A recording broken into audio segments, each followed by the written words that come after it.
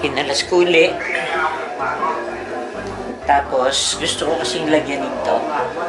Rubber siya na para pagpapatungan ng baterya. Ganyan. Dito sa ano na to? Dito. Sa top portion ng frame. So, ididikit ko siyang ganyan dito. Gagamit ako na itong super glue. Itong ano to super glue tamang-tama to sa mga modeling projects. Kasi mabilis. Ay! Ayos. So I finally received the VTX. This one is a we call this TBS Unify Pro 32 Nano 5G8 version 1.1. Ito po yung video transmitter na gagamitin para mag-transmit siya ng video from the camera. So ito at tingnan niyo. Ito po yung VTX. Liit lang, ano? Oh? See? Liit. See? And then, meron siyang mounting bracket. So, kailangan ko pa sigurong i-assemble to. Ito, meron siyang mounting bracket. Ikakabit ko siyang ganyan. Yan. Pa ganyan. Yan. And then lalagyan na imamount siya sa frame. Gagamitan itong mga ano na ito, yung wires na galing na dun sa package. So yeah, here it is. So I'll probably have to do some assembling. Okay, I'm gonna try to go ahead and solder the VTX to its mounting bracket, and I'm gonna have to be very careful not to damage any part of the circuit. So here we go.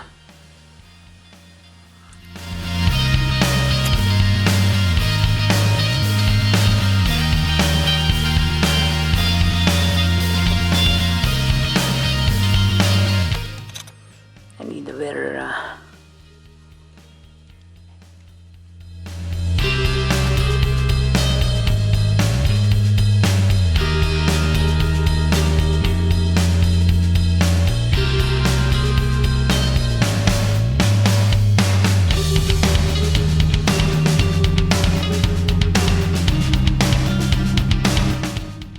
okay. I think that'll work. Let's see.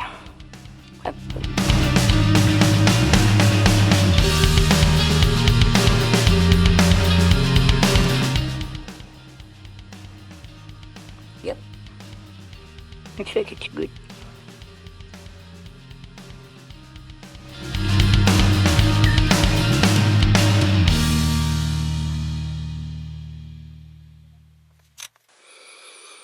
All done. Okay, hindi pa dumarating yung mga ibang parts. So, hindi, actually isa na lang yung motor, yung mga motor na lang. Pero dahil wala pa akong magawa, ang gagawin ko, isa-set up ko na lang muna to dito. Isa-set up ko na lang siya para mamaya madali-dali ng ang gagawin ko, gugulo ko siya.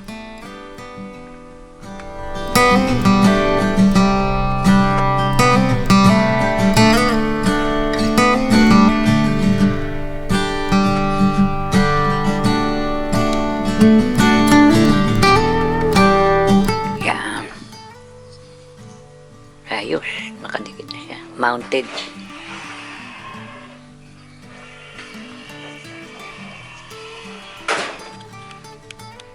I'm gonna go ahead and start retinning the ends of the wires. I'm gonna go ahead and solder it.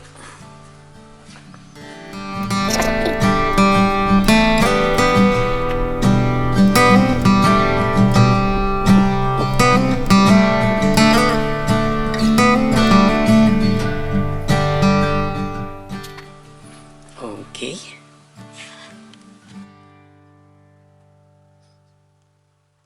I think it's good. Let's start with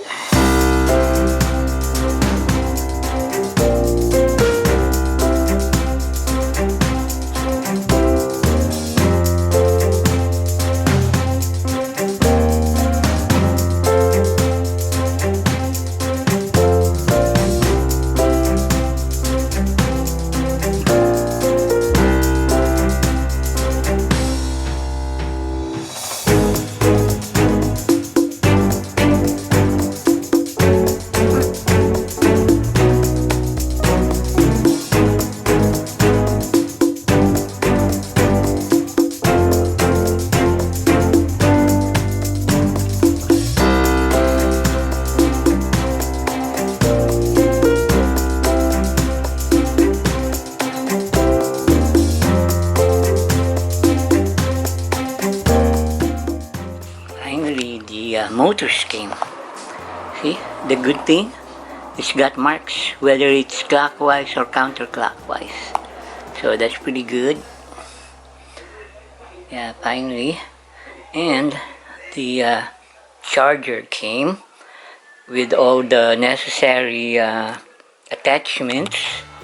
See, problem is this one. Look, they sent me a different plug.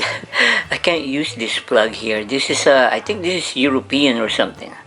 So I'm gonna I'm gonna have to find an adapter for this so that I can plug it into a power outlet.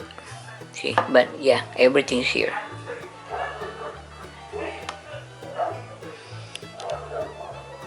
Yep.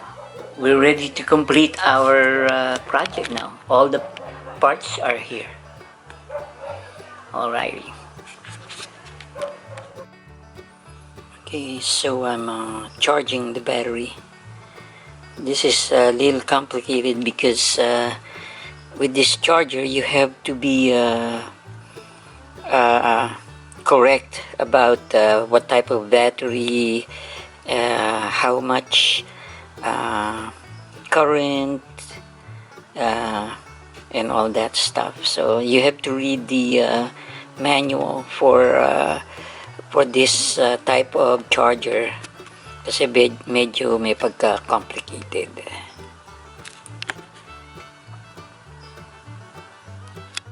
Hello everyone. So so far so good. Right now I'm charging my battery, and while I'm actually I'm discharging it right now, and then I will charge it, and then later on while I'm doing that, see, I already have the motors. Ayos, nagmumukhang drone na. Okay, I'll let you know when I'm done. Coming up next, Ferin learns how to solder.